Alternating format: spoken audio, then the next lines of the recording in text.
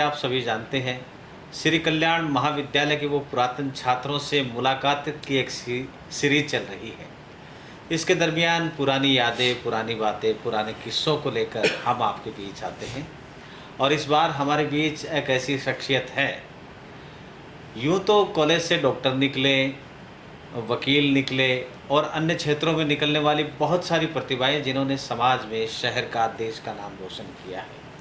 लेकिन एक ऐसी शख्सियत जिन्होंने श्री कल्याण महाविद्यालय के उन क्लासेज को लेते हुए जब जैसे ही वो प्रतिभा बाहर निकली तो उन्होंने ये साबित करके दिखा दिया कि हम किसी से कम नहीं। आज शिक्षा जगत की जहाँ बात चलती है तो सर्वोपरि शिखर पर एक नाम आता है और वो है जोगेंद्र सुंडा का। जी हाँ, श्री कल्याण महाविद्यालय के पास आउट जोगेंद्र जी सुंडा आज के इस कार्यक्रम में हैं। जी नमस्कार। नमस्कार। एक मुलाकात ज़रूरी है। ये कार्यक्रम है अपने पुरातन छात्र जो हैं एसके कॉलेज में पढ़े हुए, जो पास आउट, जो रेगुलर विद्यार्थी थे उनका, तो सोचा कि अपनों के बीच अपनी बातें हो जाएं। बिल्कुल। तो बताएं आप अपनी यादें, संस्मरण श्री कल्याण महाविद्यालय के। शमसू जी, सबसे पहले तो आपको बहुत बहुत बधाई कि आप इतनी अच्छी सीरीज लेकर के आए हो जिसमें हम अपने आप को 30-32 साल पीछे जा कर के महसूस कर सकते हैं। अब तो क्या है कि आदमी एक अवस्था के बाद में बुढ़ापे की ओर अग्रसर होता है, तो यौवनावस्था को सिर्फ फील करना, उसको महसूस करना या उन दिनों को याद करना अपने आप में बहुत अच्छी फीलिंग देता है। और मैं तो ये बताना चाहूँगा कि जो एसके कॉलेज में मैं वहाँ लगभग 5 साल पढ़ा, 3 साल 93 से 96 तक रेगुलर वहाँ पर रहा। उसके बाद में क्योंकि मैंने 97 में स्कूल शुरू कर लिया था, तो मेरी जो पोस्ट ग्रेजुएशन हुई उस समय मैं प्राइवेट एग्ज़ाम दी मैंने, तो मैं कॉलेज जा नहीं पाया। लेकिन उन 3 साल में आप मेरे से सीनियर थे और उस समय कॉलेज में एक्टिविटी खूब ज़्यादा होती थी, सांस्कृतिक प्रोग्राम खूब होते थे और हर प्रोग्राम का आप तो हिस्सा होते ही थे, आपसे ही शुरू होता था। तो उन बातों को जब याद करते हैं कि एक एक साल में, एक एक वर्ष में वहाँ अपन 8-8, 10-10 प्रोग्राम हुआ करते थे। और फिर आपका वो मल्हार प्रोग्राम भी होता था जो कि बहुत ज़्यादा लोगों का, बहुत ज़्यादा एक्साइटेड यूथ उस समय होता था। और पुरानी बातों का तो यूँ है कि कोई लिमिटेशन नहीं है, इतने कहानी किस्से हैं। नहीं, आपके जो दोस्त रहे उन दिनों, जिनके साथ आपकी उठ बैठ थी या जिनसे आप बहुत सारे अपने दिल की, अपने कोमल या मासूम दिल की बातें कर लिया। दरअसल शमसू जी, मैं 93 में ग्राम भारती विद्यापीठ कोठेरी स्कूल है जी, तो वहाँ के आवासीय विद्यालय से 12th पास करके मैं यहाँ आया था। तो यहाँ आने पे कॉलेज का थोड़ा जैसे हल्का सा स्वच्छंद माहौल होता है, तो उसमें मेरे को लगा कि यार बड़े अपन तो एक बड़े मस्ती वाले मूड में आ गए। वहाँ जो आवासीय विद्यालय था वहाँ तो बहुत बंदिशें थी।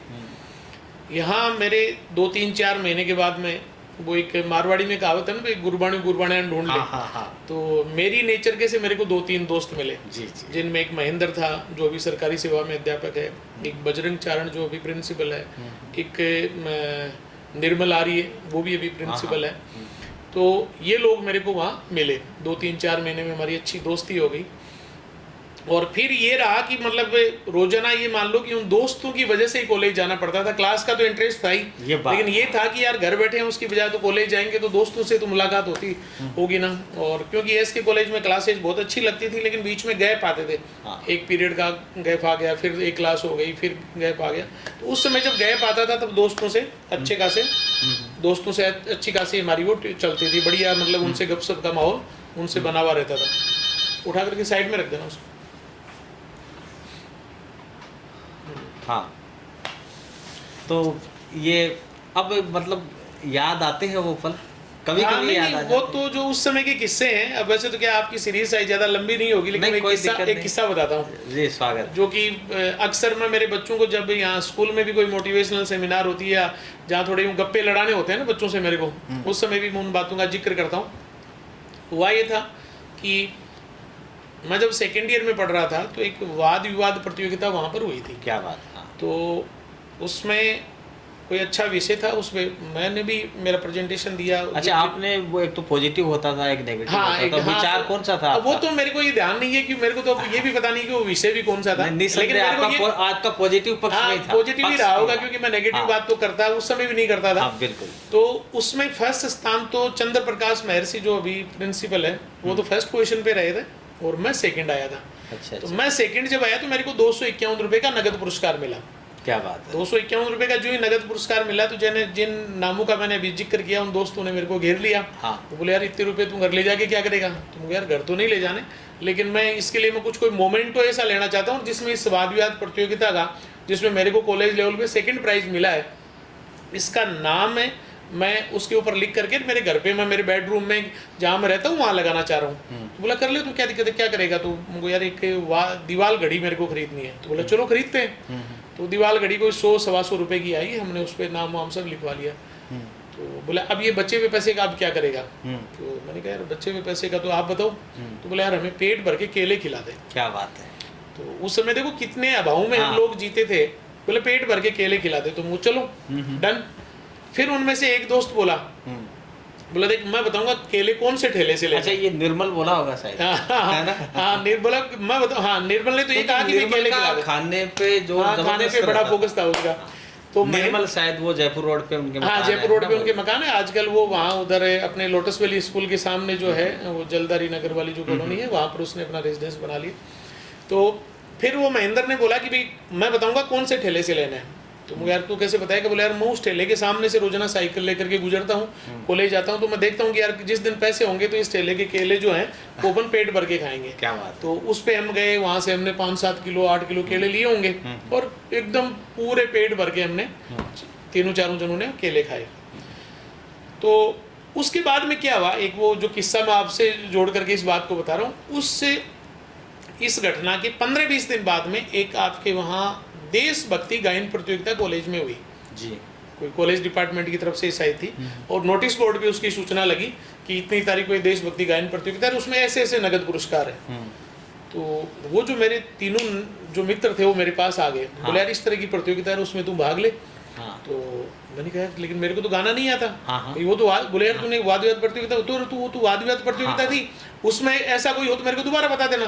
बोले यार तेरे को समझ में नहीं आ रही, तेरी आवाज तो लता मंगेशकर से भी ज्यादा सुरीली है, तू तो बहुत अच्छा गाता है। तो यार मैंने कभी गाया ही नहीं। अरे तो बोले हमें पता है ना, हम बोले पार के लोग हैं, तो वो क्या करना है। उन्होंने मेरे को मोटिवेट किया। तो बोले गाना एक बढ़िया देशभक्ति गाना, तो वो कौन सा गाना गाना है? बोले तो सबसे बढ़िया रहेगा ये देश से वीर जवानों का, अलबेलों का, मजदानों का, इस देश के यारो क्या कहना। तो बेटों ने, सब ने, मेरे उन दोस्तों ने स्क्रिप्ट लिख करके मेरे को ला दी और ये कहा कि इस गाने को आप तैयार करो। तो मैंने रट लिया, जैसे अपने एक पोएम को रटते हैं वैसे मैंने रट लिया। अब वहाँ पर वो प्रतियोगिता शुरू हुई। तो आपको पता ही है उस समय आप लोग भी भाग लेते थे, वो लड़कियां भी कुछ ऐसी थी जो अच्छी मतलब सिंगर थी। बढ़िया। तो उस समय ये ट्रैक तो होता नहीं था, जैसे कि वो कोई म्यूजिक बज रहा है, कोई गाना गा रहा है, वो तो होता नहीं था। ढोलक वाला ढोलक बजा रहा था, हारमोनियम वाला हारमोनियम बजा रहा था, मजीरे वाले मजीरे बजा रहा था, गाना वाला अपना प्रेजेंटेशन दे रहा था। तो उसमें जो भी जो लड़कियां या लड़के आप जैसे जो गा रहे थे, बहुत सुरीली आवाज में गा रहे थे। यूँ करते करते मेरा भी नंबर आया। अब मेरा नंबर आया तो मैंने उस गाने को गाने के हिसाब से नहीं गा करके पोएम के हिसाब से गा दिया, उसको पेश कर दिया। मतलब बहुत स्पीड से, ये देश से वीर जवानों का, अलबेलों का, मस्तानों का, इस देश के यारों क्या कहना। उसके साथ ही वो पहले तो ढोलक वाला छोड़ के चला गया, फिर वो मजीरे वाला छोड़ के चला गया, फिर हारमोनियम वाले ने भी थोड़ी तो कोशिश की साथ जोड़ने की, फिर वो भी छोड़ के चला गया। मैं स्टेज पे मैं अकेला बचा। अब बाकी की पब्लिक सब हंस रही, वो इसलिए हंस रही कि कितना बेसुरा गा रहा है। लेकिन वो जो मेरे 3 दोस्त थे ना, वो जो अपने कॉलेज के जो अंदर का हिस्सा था और उसमें पीछे वाले जो रूम बने हुए हैं, तो ये मान लो कि थोड़े बदमाश टाइप के होते थे या ज्यादा हुटिंग वाले होते थे, उसी पे जाके बैठते थे। वहां तो बैठे हो और हाँ वहां तो बैठे मेरे लिए हुटिंग कर रहे जोर जोर से, मेरी हर लाइन पे वो ताली बजा रहे, वाह वाह वाह वाह कर रहे। तो मेरी भी नजर उन पे ही कि यार जब ये हुटिंग कर रहे हैं इसका मतलब अपन बहुत सुंदर जा रहे हैं, बहुत अच्छा जा रहा है। बाकी के लोग जो थे वो इतने हंस हंस के लोटपोट हो रहे थे कि यार कितना बेसुरा गा रहा है और गाए ही जा रहा है। जो ये प्रतियोगिता पूरी हुई तो मैं उन दोस्तों के पास गया, तो बोला यार इतना अच्छा गाया यार, अपन देख हर हाल में अपना फर्स्ट या सेकंड अपन को ही मिलेगा। और आज भी अपन उस केले के जो ठेले वाला है उसी के पास चलेंगे। जो रिजल्ट घोषित हुआ तो रिजल्ट इस हिसाब से अनाउंस हुआ, पहले 2-3 सांत्वना पुरस्कार अनाउंस हुए, उनमें मेरा नाम नहीं था। फिर थर्ड पुरस्कार अनाउंस हुआ, उसमें मेरा नाम नहीं था। सेकंड पुरस्कार अनाउंस हुआ, उसमें मेरा नाम नहीं था।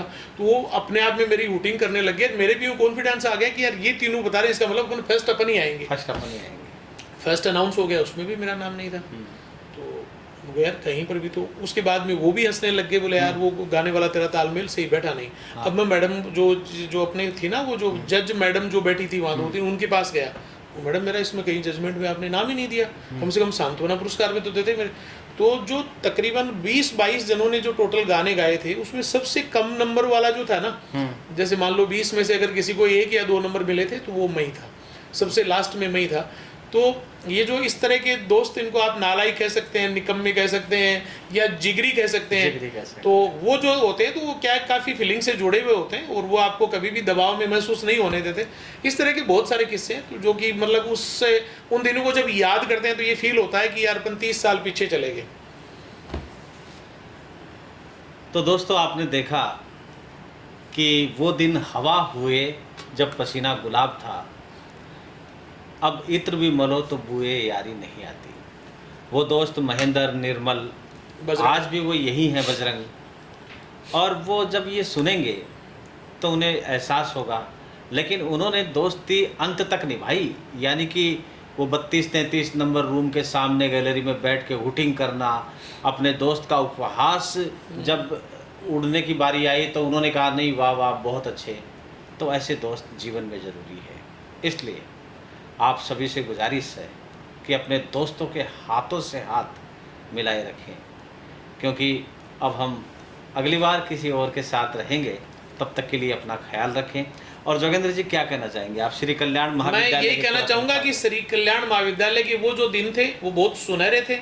और उस 3 साल में जो मैं पढ़ा, शमसू जी का सानिध्य मिला, आपके साथ में एक राकेश कोकर हुआ करता था, बहुत अच्छे गाने गाता था। राकेश कोकर, रुगवीर जी थे, वो एक आपके वो श्रीवास्तव, बीडी सिंधी जी जो थे, जो एंकरिंग करते थे हर प्रोग्राम की। तो बहुत सुनहरे पल थे। और जो मल्हार प्रोग्राम जो होता था, जो अध्यक्ष की ओर से करवाया जाता था, उसका तो अपन बहुत काफी दिनों तक इंतजार करते थे। बहुत से लोग मल्हार की वजह से ही कॉलेज में एडमिशन लिया करते थे। और वहाँ के अब भी मैं जब उधर से निकलता हूँ तो कई बार मन करता है कि यार ये अपनी कॉलेज है, ये अपनी कॉलेज है, जहाँ अपने बच्चों को बताते हैं कि देखो हम इस कॉलेज में पढ़े थे।